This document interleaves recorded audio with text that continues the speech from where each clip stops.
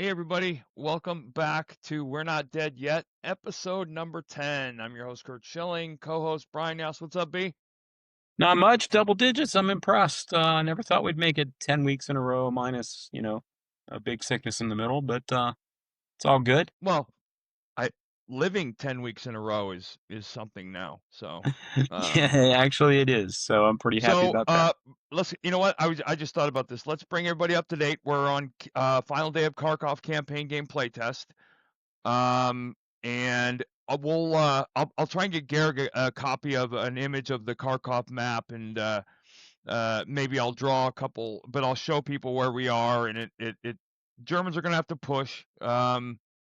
Starting to think that I think that the time is the concern for me. I don't know if there's enough time. And I say that obviously from a playtest perspective, but it feels like there might be a little bit short. The Germans might come up a little short timing wise because unlike I don't believe I ever felt this way in Red Barricades, and you can talk about this since you're the attacker. The factories on the Kharkov map are harder to take, and Absolutely. They're a lot closer talk about together. why. Talk about why. Well, they're closer together. It's literally a factory, a road, a factory. And if you can get a factory, then you have to cross that road somehow. And the Germans just don't have a ton of smoke making capability. At least I don't. I lost the stellar half track with the 75 star. That thing was making smoke on a 10 or less. So you got to get that and protect that. I have a mortar half track. It's in a terrible position. That's my fault. And I've got to nudge it around for the last push to try and grab a factory or two. Other than that, I've got some OBA. The OBA rules are tweaked for Andrew. There's a smaller draw pile. There's smaller red cards. Basically, you're going to be guaranteed to some degree that you'll get a mission of some kind. For the Germans, I think it really needs to be smoke. Use the bombardments to try and bust up the factories a little bit. If you can, you get two bombardments. If you can rubble a couple hexes, that makes it easier to take a factory. But generally, I mean, there's no debris inside of them. They're clean. It's one movement factor. It's a +1 hindrance, and if you get in there, you're fighting NKVD 628s at point blank range with Right. +110. So you got Right. to suck up 12 up ones And and hope commissars, by you the way. survive. Um, What yeah, was that? there's commissars on the Russian end as well. But you're looking at a very high level of quality from an order of battle perspective when it comes to Germans are all SS 8 morale. Notice it's funny because this is I think the third or fourth campaign game I've played. There seems to be a plethora of 9-2s for both sides. But yeah, I played Guy Cheney at Aslock, and I don't remember. I think every mission of Guy's OBA was smoke, and he kind of piled it on.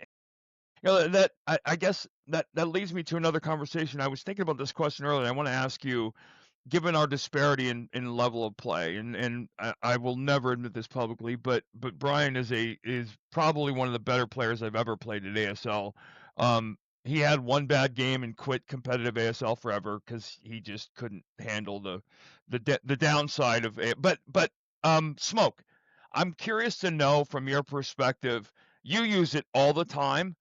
And it's one of the disparities I notice in really good players and average players is that really good players are always using it to the point where I had Guy going CE to try and use smoke from his AFB crews, like in movement phases, like and I hadn't seen that before. But it's one thing I'm curious to what would be your advice to new players as it relates to smoke? Kind of keeping yourself reminded it's the first thing every phase that when you're shooting it on offense, um, and why it ends up being, I think, a game changer. Um, it can be. And, smoke is essential in a city fight because you've got to get across these streets. Uh, the Germans have a decent amount of assault engineers. So we're talking about 838s with 5 smoke exponent and 5.48s with 4 smoke exponent. Um, they're they should be throwing smoke grenades all the time, and I'm just not, because I'm getting in places where uh, I could get shot at by a 9.2 trying to place a smoke that's going to make the shot a flat shot, and I'm looking for better avenues to get away from flat shots. Uh, it's just flat shots are just red black on the roulette wheel. You don't know how they're going to go. Um, you talked about the 9.2s. I think I've had 5 as the Germans in 4 campaign games. I currently have 2 on the map. I know for a fact snipers have killed 2. And then Kurt, maybe I'll get him to put Garrett can show that graphic from Vasil. It crushed a Death Star that I had in the center of the map that was just getting ready to be in a great place. So yeah, so I And get I a one lost. sniper. I get a one sniper. He's got a 9-2 with 3 squads coming in the back, out of line of sight of everybody. Of course, the sniper selects the hex, and in the random selection in Basil, he rolls 6, 6, 6, 5. And then for the second unit, it was a 1 result, so the 9-2 dies. The second squad, I roll another 1 and break him. And then the third squad ends up failing the leader lost 2 check, and that reinforcement platoon they're back for the most part, except for the 9-2. But And they were out. thinking Yeah, about it, yeah. we made a mistake. The broken guy that took the 1 from the sniper never took the leader lost morale check. Ha! I There you sleazed go. you. I got a 5.48 that I didn't deserve to have. But That's but okay. I that's didn't get the also one of the 9.2. things. I think that's also one of the things we had talked. Remember, we talked to J.R. Tracy a while back. One of the things that really good players don't get bothered by is that stuff happens. I mean, there obviously, if this was a small scenario, that would have been devastating. But and I mean, we have a lot of fun. We go back and forth, and you bounce back and you make adjustments and you rally the guys and whatever. But the one of the things I've noticed too in the disparity in good and average players is that personal morale check. JR has fun playing ASL. You wouldn't know if he just box card a 10-3 or critted on an improbable. And I got to tell you, it carries over to everything. I've always noticed that the people that were good or great at the things that I did in life, they were very monotone. You get fired up and every now and then, but you never allow those things to enter into your play style. It doesn't impact you. I mean, hell, I can tell you, Oh, I think it yeah, impacts a little bit when you lose a 9.2, yeah, but but but you're right. it's bigger, and I've got plenty of guys, and I'm starting to run out of leaders, I have to admit. Uh, I push my leaders pretty hard because they don't No, really have think widows. about if you remember, we played that opening day at Tarawa, right? Oh, When you're playing Tarawa as the Marines, there's a massive personal morale check on the landing that you're going to have to take because you're going to lose a monumental amount of 10, 10 morale leaders, 8 morale Marine squad. It's just going to happen because the amount of ordnance the Japanese can field on the beach is overwhelming, and they're going to sink landing craft. And you're going to lose a lot. It's going to be historically accurate in that sense. You're going to lose a lot of men. That can't be uh, that can't impact you on. It's funny because I'll give you an example that this is one of the things that Brian does. Brian is literally petrified of close combat because of the fact that it is literally a gamble.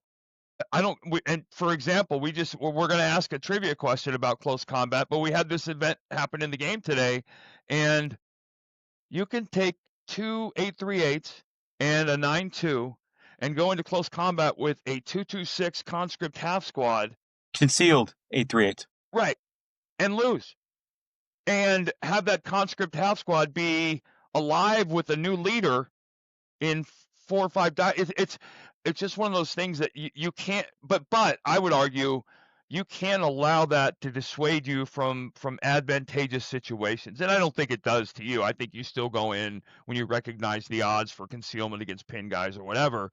But I played against people, and I know you have too, that where they won't do something because I did it in the past and it didn't it I got screwed.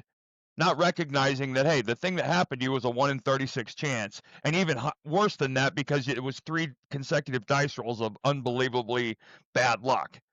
And getting back to the J.R. Tracy thing, and Guy Cheney was very much the same way that I noticed playing him, very even keeled.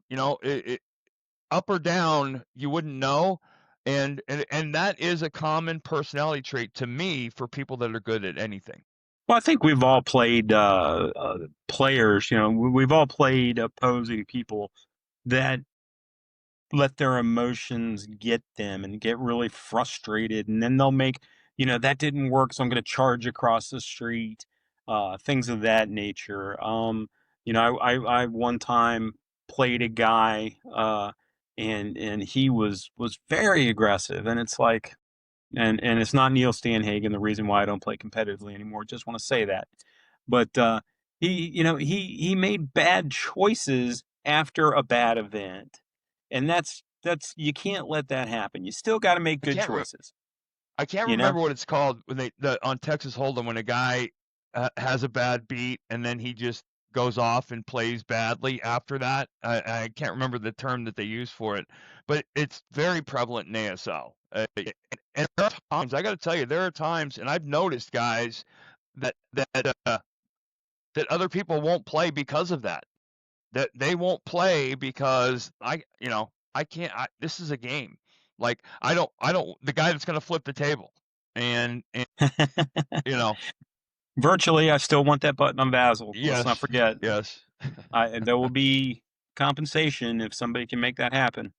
I So want hey animated B, flip with counters. let's flip to another important topic: winter offensive. Some decisions have been made, and why don't you tell everybody what the final decision is about where we're going, why we're going there, and what we're doing. Well, we went over this last time, but we can do it again because everybody could use a reminder, I'm sure. Winter Offensive is going to be held in Bowie, Maryland again. We are going to pay for nighttime security, multiple security guards to take care of our parking lot. The issue we've had in the past has been with the parking lot.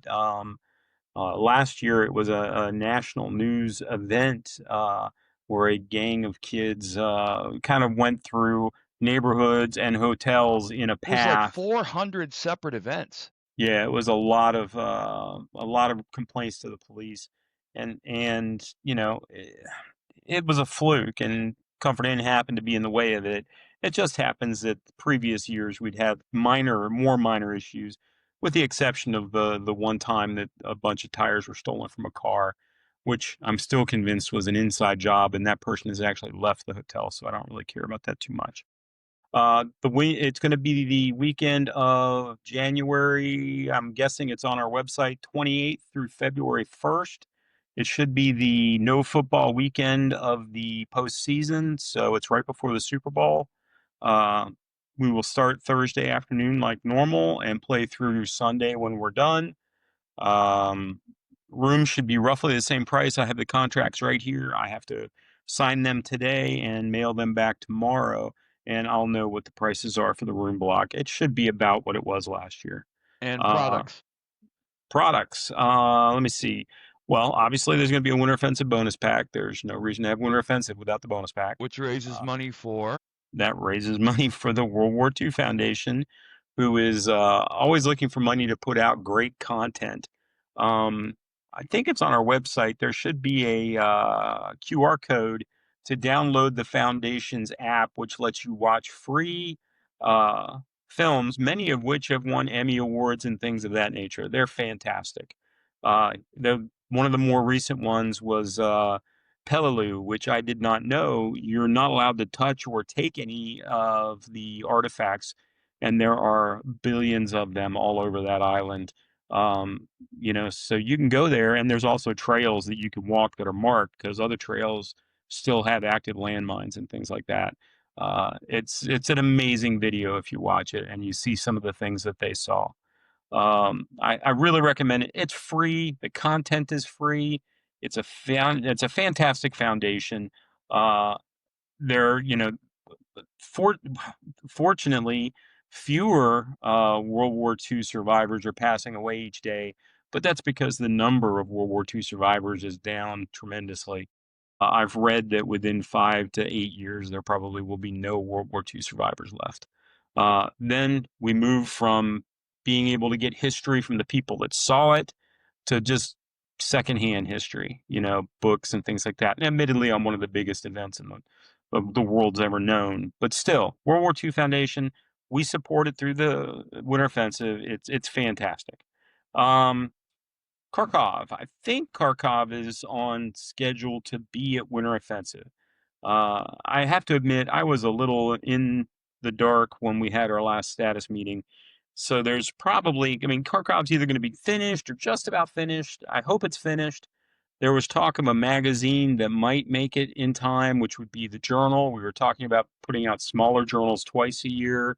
Uh, and Marco Polo Bridge will be on pre-order shortly or before the holidays, which I guess is shortly because here we are at the end of October. Um, and that's on track too. The problem with that, well, actually, I'm not sure there's a problem. We Hey, might already have the counters Brian, do for you that. want me to run down the list of stuff we were talking about our last meeting? We can talk about some of the ASL stuff. I mean, there's a lot of non-ASL stuff too. And one of the things I'm struggling with our podcast is getting more content for the rest of MMP.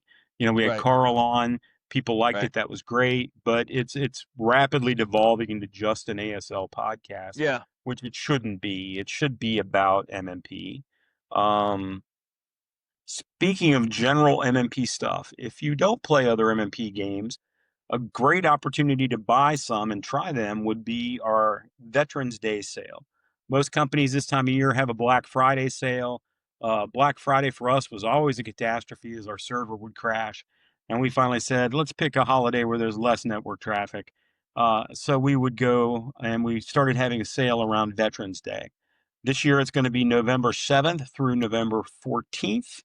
Uh, and quite frankly, a good bit of everything we have is going to be on sale. We won't put something on sale if we have fewer than 50 copies, and we won't put something on sale if it's been out for less than a year. That's a personal pet peeve of mine when I would pre order games from a company and then get that game the week after somebody bought it on sale for a much bigger Right. discount than I did for Right. pre ordering it. Um, Okay, where were we? Veterans Day sale. Yeah. We have a few things that won't be on sale. Most stuff is going to be on sale for a pretty big discount.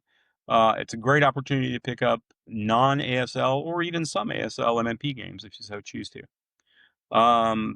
That's about it on that. What I had. And I think one of the things we should probably do is for you guys that are out there that are not ASLers or that are guys that play a lot of other stuff. Is there somebody you guys would like to hear from? I mean, we have all the honchos, and we can get any of them to come on, and maybe there's something specific you guys line the what OCS or BCS, I don't know, but we'd love to hear from you guys. We got a lot of comments in the last one, which is great, and we're reading them and we're listening to them and trying to pay attention to them, and which leads to the next conversation, Brian, which was map art. We had mentioned, we had talked about it. Charlie is getting up there in like we all are, and he's kind of dialing back a little bit. And we have a new artist helping us in the on the map boards. And I liked the way it came out, but I also know that we're curmudgeony, and we don't like change. And so and we heard about that. We heard about people talking about that. So Yeah, a little frustrating. I mean, it's tough to get word out. We certainly posted images and said this is where we're headed, and didn't hear a whole lot of feedback. A little bit, but not a whole lot of feedback. Then we released the maps, and there was some feedback. I don't think it was overwhelming. I don't think people hate it. I mean, maybe they do. I don't know. But the issue is, Charlie's getting up in years and came to us and said he wanted to work fewer projects, and we got to pick and choose where to use Charlie. And one of the things we do with him is GCACW. And if you've ever seen those maps, they're stunning. They're gorgeous, and they're absolutely one type that, we need him to keep doing those maps. That has to be what he focuses on because that look can't change because all the maps get butted together into this massive game. Um, so we have to do that. And then there's things he wants to work on too. One of the things that he does is the action packs with Gary, and he does those. I haven't quite figured out what we're going to do with those maps yet because I'm inclined to have the new artist Jean-Marc take care of them. Charlie can design them, but Jean-Marc would do them to keep them consistent with the new look. The new look might deviate over time as we try and refine it, but it's generally the direction we're headed. And it won't be anything major. I mean, Uh, it's just going to be maybe some, variations on well, I mean, the big one that I got, not big one, but I'm probably making it sound bigger deal like a bigger deal than it was because I had one or two people say it to me. But when that's 100% of your feedback, that's everybody, right? It was the new tree art. It was and the new grain art, and I was like, okay, I love the new buildings. There's not much. It's just a little bit. It's a different style, and like I said, we're pretty set in our ways, and we like to see consistency. And considering all 100 maps are made to butt against each other, you want some commonality between them.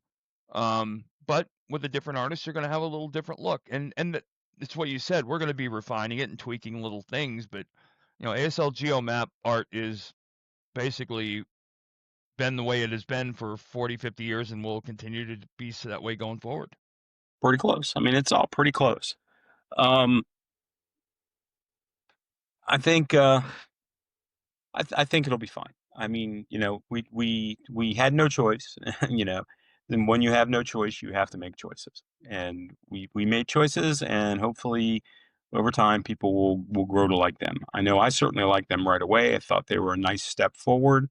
Uh, Kind of look like a modernization of the system while not deviating tremendously from the Right. system. I agree. Um, but that's enough on that. Let me see here. So I have a list of things that we had talked about, and this is by no means definitive, and none of this is. I'm not going to give anything other than a brief summary of what we're looking at, what we're working, what we have in the works, why we need play testers. But right now we're looking at a list, and this is in no uncertain order either. This is just a list of things that are in progression, being done in house or with our playtest groups. You've got Rotterdam, which is Rotterdam 1940. You've got Kharkov, Polish Eagles, Rochelle and Vol. We've got Andy Rogers submitted what he called a bridges pack, and it's a scenario pack based around fights around bridges, whether that be PTO, ETO, whatever. Really fun looking thing. Jebsheim, which is Bill Cirillo's group, and Sean Deller, their next Hazel. Spanish Civil War, Marco Polo Bridge. We've got another Don Petro submission on the Northern Front from Kursk. Fox and the Rats, which is the North Africa desert module that I've been working on. We've got a submission for French Indochina that is pretty far along. Gothic Line and the Roma Pack from a group in Italy, which both of those look incredibly fun.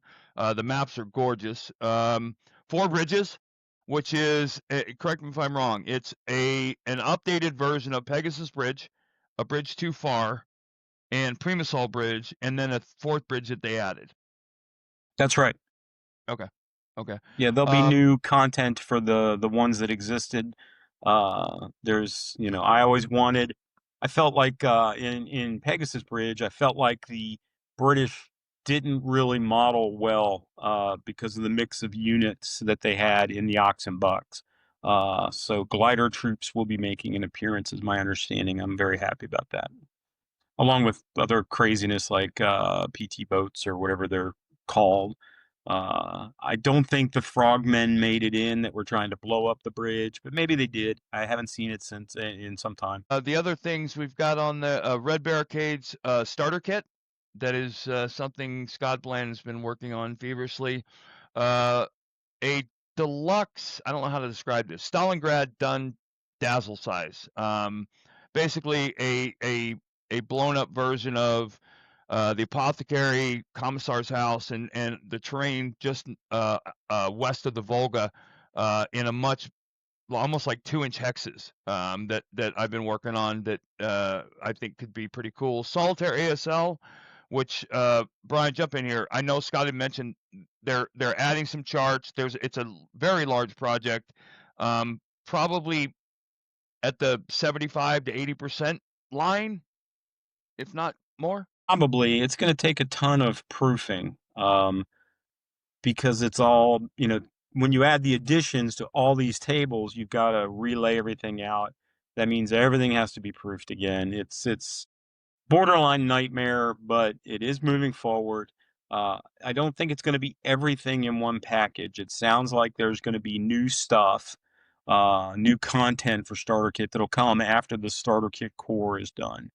Um, because we have a bunch of submissions for Starter Kit, and we just can't put it all in one thing. I mean, it would be huge. Um, so I know Scott is working on that along with Ray, the gentleman who was basically responsible with a lot of help from Nick Richardson in getting the electronic rule book ready. And the cool thing about Ray, I want to have him on the show once because I don't even hardly know Ray other than, he introduced himself and offered to help. But, Ray ran Dungeons and Dragons for Wizards of the Coast and turned that into like $1 billion property. Uh, and still was more than happy to contact us and work on Advanced Squad Leader in his free time. Which is crazy to me that happened because it's just so bizarre. It's like, yeah, I can't, it's like Elon Musk says, "Hey, let me come over to the house and explain to you how to program your phone to work better." It's just bizarre. But one of those guys that helps keep MMP moving forward. Uh, we have a lot of people like that. But Um, he's big into converting everything in solitaire into the layout and everything. So, God bless him. He's doing yeah. great work. Also, the Cirillo team behind Jebsheim is also putting together a large magazine with a ton of scenarios. And I that's in the works, and I'm not going to speak for Bill. Actually, maybe we'll have Bill on the next couple of weeks just to catch up on that stuff too. Um, then we have Red Death, which is I think it's Red Death is the finish module. I can't. Yeah, I think that's what it is. But it's a module on the finish. Yeah. Deer in the The headlights here. Are you talking Yep, about yep. Ken's thing? And then the other one is the something that was very unique. It's called ASL Interceptor. Basically, it's Club ASL. It's a group of guys I play ASL with, who've been organizing and putting together a system over almost 3 decades, and it's for the historical geek that I am. At first it was earth shattering to me, but it is literally this really cool system that adds almost like an RPG element to ASL, and it's vetted and built for the clubs for a club system, and I think that that's going to be something that people are really excited about. And then this next part we can talk about. I'm going to talk about this, but we don't have to air this piece if we don't want. We're contemplating a subscription based product on our website, and this would be something to the effect of you'd pay $1.99 a month, and you would get content. You get, for example, we have an OBA. Where is it? An OBA flowchart on your phone that runs the OBA system and all the rules to use OBA that you can just pop it up and run through a OBA in a game. But we're thinking about adding, kind of player aid stuff, maybe electronic stuff, scenarios, maybe here and there. We certainly would have, but we're looking at something that we would put pretty consistently be putting content out for free on that but that as subscription members, because let's get back to it. We're a business, and our we want to generate revenue and make a profit and make money, but we want to do so in a way that's customer friendly, and that you guys don't feel like, and hopefully you don't feel like, because we've always tried to go on the other side of this. We're not trying to milk you for your every dollar we can. We're trying to give you quality products at a quality price, with incredibly good service. And but we're thinking about that. And I mentioned this, and again, Brian, we don't have to run this, but I mentioned this because we'd like to know, if that happened, what would you like to see? Would there be things that would be way more valuable for you, that don't exist, or that would help you be a better player?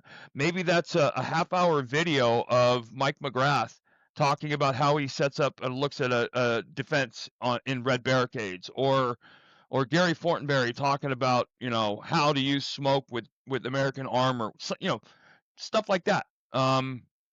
But there's going to be stuff that we don't think of, that I'd love to hear from people, and what they think. For the record, when I'm playing American Armor, the smoke is usually in the hexes where the 88's killed. Sad but true. Sad but true. But yeah, the issue with stuff like that is content. And, coming up with content to make it worthwhile. It's not a tremendous amount of money, whatever it ends up being. It's nothing, if it ends up being, we haven't even fully discussed it yet. But you need stuff there for people to have an interest and keep coming back to the website. And it's something we're going to try and work on in And between everything get else. back to, I don't, sorry to interrupt, Brian, but get back to it. That's okay. Not just ASL stuff. If Yeah. there's other stuff out there that we can do, we want to know what you think that is. Yeah, I mean, it applies to all the games. It's not just ASL. It's really all the games. No, speaking of other games, just to squirrel. Jaeger is at the printer. It's being printed now. It's been proofed from the printer proofs, and that's moving forward. Line of Battle. I can't recall the title right off the top of my head, but the Civil War game series is at the printer. It's and it's getting into the process where the printer gets it all ready and sends us proofs. So that's moving forward. IGS, we've talked to Nick. We're submitting games. Unfortunately, working with the printer we're working with, we can do games one at a time. So we're looking at the IGS games that can be printed like that one at a time. They can be done at a slightly smaller print run than our like ASL print runs, obviously, which gets rid of the nonsense of trying to match up counter sheets and things like that to make it all work. We just say, yeah, we want to do X thousand of these, and they say they'll be there in 3 months. Um, so that's where we're at with that. IGS is, I think, the first game to go is going to be the Area Move card-driven Berlin game, ETO game. Scott and Nick were swapping emails on whether to use wood bits and things as opposed to just counters. Again, more options that we just didn't have printing in the United States. So that's kind of cool. We finally are getting games into the pipeline. Uh, Kurt's list, by the way, was not exclusive. In case there's anything we missed, you're on a master list. I swear.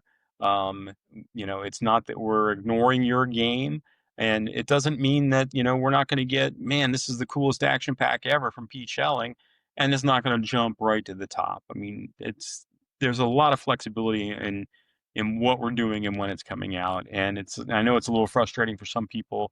You know, David with Rotterdam. Wow, we've had that forever, it seems. And playtesting is a lot of fun. At first, it was like, this is crazy. All you're doing is crossing bridges. That's not the case. Uh, Although it is sort of the case. There's a lot of bridges. Uh, one of the episodes we're going to do in the next couple weeks, I'd like to have the map available and Kurt and I can talk about it. We went to Rotterdam to check it out. It's not just to have fun. It was a work trip, I swear, even though it was a lot of fun. And, we had the map with us. We actually went up in the biggest building and was looking around and trying to absorb how these lines of sights would work and things like that. Um, I think the payoff is going to be there when that game comes out. I really am excited about Rotterdam, and I want to have an episode where we talk about it. It should be coming up pretty soon. Um, Other than that, what else do we have? I know that we've been on about 30 minutes now, so we gotta pay attention to that. Um, Quiz number 9. Uh, what was the scenario where Perry made me keep playing despite me trying to resign just so he could take out one of my tanks with a flamethrower, a Panther, in fact. That was, of course, the Bob McNamara designed Fantastic Scenario Hill 253.5. It was a tournament scenario at an Atlanticon, one map, uh, Russians and fortifications and tanks, if I remember correctly. And Germans get Panthers, and I think they might even have an elephant. I don't remember. There's a ton of stuff in it. It is one of the coolest little one map tournament scenarios you could possibly ever play. I highly recommend it. It's a fantastic scenario. But yes, we had 11 correct answers. Of those 11, Vincent Maresca wins an Action Pack 21. Vincent, I will be emailing you as soon as we're done recording and get your address. We'll send it off to you right away. Kurt, it's your turn to come up with a trivia question because I've run out of trivia questions. I'm not hearing you either. Can you hear me? Okay, I cannot hear you. Yep, you got me? There you Okay, go, sorry. microphone. J16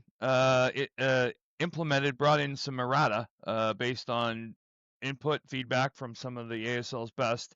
So this week's question is going to be based on that new errata. And the question is, I am a Russian conscript 226 half squad in a building, and a German Panzer III L comes into bypass in my building hex, bypassing my building hex. What are the close combat modifiers, and what do I need to roll to immobilize it and kill it? So that's the question. Should What be do I easy. need to? Yep. Who hasn't been Uh, in that situation? All right. Hey, listen, guys. Again, thank you. You guys have been great. We're growing. Keep spreading the word. Let us know if there's something you want to hear us talk about, or if there's questions you have. We look at the comments. We'll answer your questions. Brian, have a good week. And just so you know, Tucker Craft now has almost 30 points. Wow. Yeah.